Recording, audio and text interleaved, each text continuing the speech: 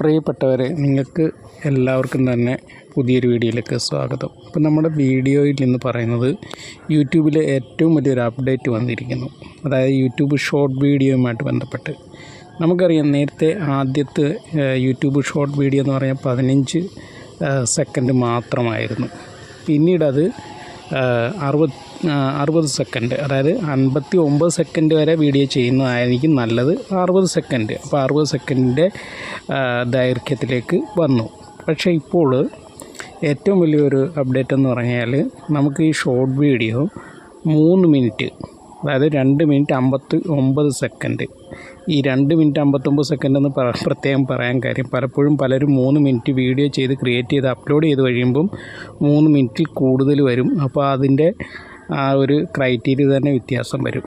അപ്പം 2 minute 59 സെക്കൻഡിലുള്ള video വരെ നമ്മൾക്കിനി create ചെയ്ത് അപ്ലോഡ് ചെയ്യാം. അതായത് ഒക്ടോബർ 15 ശേഷമാണ് ഈ ഒരു അപ്ഡേറ്റ് വരുന്നത്. അപ്പോൾ നമ്മളിപ്പോൾ നിലവിൽ നമുക്കറിയാം, ഈ ഒരു ചിത്രത്തിൽ കാണുന്നത് പോലെ വെർട്ടിക്കലായിട്ടായിരുന്നു ഇപ്പോൾ നമ്മൾ ഷോർട്ട് വീഡിയോ അപ്ലോഡ് ചെയ്യേണ്ട ഒരു ഓപ്ഷൻ എന്ന് പറയുന്നത്. ഇനിയിപ്പോൾ അത് നമുക്ക് സ്ക്വയറായിട്ട്, അതായത് നമ്മുടെ ഇൻസ്റ്റാഗ്രാം വീഡിയോ ഒക്കെ പോലെ തന്നെ ഫേസ്ബുക്കിലൊക്കെ വരുന്ന വീഡിയോ പോലെ തന്നെ സ്ക്വയറായിട്ടുള്ള വലുപ്പത്തിലുള്ള വീഡിയോയും ഇനിയും നമുക്ക് ഷോർട്ട് വീഡിയോയ്ക്കായിട്ട് ചെയ്യാം. അപ്പം അത് കൊണ്ടുള്ളൊരു ഉപകാരം എന്ന് പറഞ്ഞാൽ പല ആളുകൾക്കും പല വീഡിയോ ഒക്കെയും ഷോർട്ട് വീഡിയോ ആക്കുമ്പോൾ വളരെ സ്പീഡ് ചെയ്യുമ്പോൾ അതിൻ്റെ കണ്ടൻറ്റിൻ്റെ ആ ഒരു കൃത്യത അല്ലെങ്കിൽ ആളുകൾക്ക് മനസ്സിലാക്കാനുള്ള ബുദ്ധിമുട്ട് വരുന്നുണ്ട്.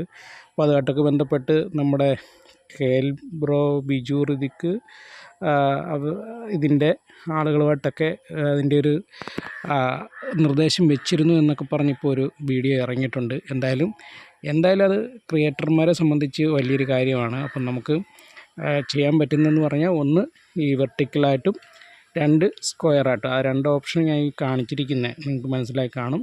ഈ 2 രീതിയിലുള്ള വീഡിയോ ആണ് നമുക്ക് യൂട്യൂബിൽ ഷോർട്ട് വീഡിയോ ആയിട്ട് പോകുന്നത്.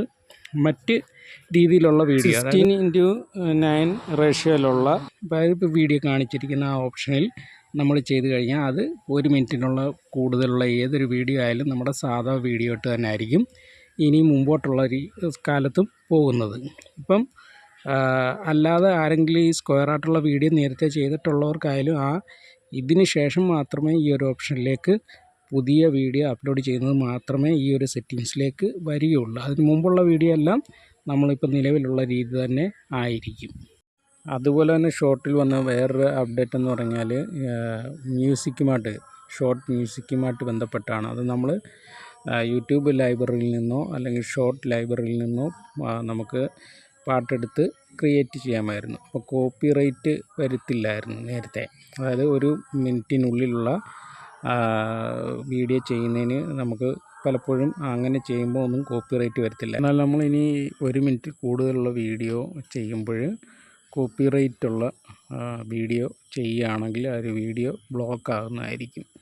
പിന്നെ ആ ഒരു വീഡിയോ മറ്റ് കുഴപ്പമൊന്നും വരത്തില്ല. പക്ഷേ അത് ബ്ലോക്ക് മാറ്റാൻ വേണ്ടി നമ്മൾ കോപ്പിറൈറ്റ് വന്ന മ്യൂസിക് ഒഴിവാക്കിയാൽ നമുക്ക് ആ വീഡിയോയുടെ കോപ്പിറൈറ്റ് മാറ്റിക്കിട്ടും. അതാണ് വേറൊരു അപ്ഡേറ്റായിട്ട് പറഞ്ഞിരിക്കുന്നത്. അപ്പോൾ ഇതുകൊണ്ടുള്ളൊരു ഗുണമെന്ന് പറഞ്ഞാൽ, ഷോർട്ട് വീഡിയോ പിന്നെ മോണിറ്റൈസേഷൻ ആയവർക്ക് കൂടുതൽ പേരിലേക്ക് ഈ വീഡിയോ ഇങ്ങനെ അറിയാമല്ലോ, വാച്ച് പേജ് വഴി കൂടുതൽ പേരിലേക്ക് എപ്പോഴും ഷോർട്ട് വീഡിയോ എത്തും. അപ്പോൾ അത് മോണിറ്റൈസേഷൻ ആയവരെ സംബന്ധിച്ച് വലിയൊരു കാര്യമാണ്. മോണിറ്റൈസേഷൻ ആകാത്ത ആളുകൾക്ക് അത് കൂടുതൽ വ്യൂ കിട്ടാനും അതുകൊണ്ടുള്ള ഒരു പ്രയോജനം ഉണ്ടാകും.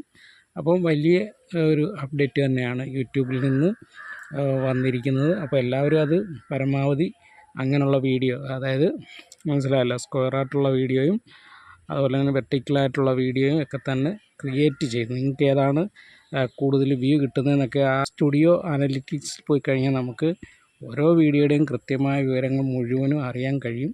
അപ്പോൾ അതൊക്കെ നോക്കി ഏത് ടൈമിൽ അപ്ലോഡ് ചെയ്താൽ ഏറ്റവും കൂടുതൽ ടൈം കിട്ടും, അതുപോലെ തന്നെ ഏത് പ്രായത്തിലുള്ള ആൾക്കാരാണ് നമ്മുടെ വീഡിയോ ഏറ്റവും കൂടുതൽ കാണുന്നത്, അതുപോലെ തന്നെ ഏത് ദിവസമാണ് ഏറ്റവും കൂടുതൽ വ്യൂസും നമുക്ക് കിട്ടുന്നത്, ഏത് രീതിയിലുള്ള ടൈറ്റിലും ടാഗും ഒക്കെ കൊടുത്താലാണ് നമ്മുടെ വീഡിയോ ഏറ്റവും കൂടുതൽ ആളുകൾ കാണുന്നത്, അതുപോലെ തന്നെ നമ്മുടെ സബ്സ്ക്രൈബർമാരായിട്ടുള്ള ആളുകൾക്ക് ഏറ്റവും താല്പര്യമുള്ള വീഡിയോ ഏത് രീതിയിലുള്ള കണ്ടൻറ്റുകളാണ് അവർ മറ്റ് ചാനലുകൾ അവർ ഏത് ചാനലുകളാണ് കാണുന്നത്, അതൊക്കെ തന്നെ നമ്മുടെ YT സ്റ്റുഡിയോയിലുണ്ട്. ഇതിനൊന്നും ആൾക്കാർക്ക് സമയമില്ല നോക്കാൻ. എങ്കിലും അങ്ങനെയൊക്കെ ചെയ്യുമ്പോൾ വളരെയേറെ നല്ല ഗുണം ചാനലിനുണ്ടാകും.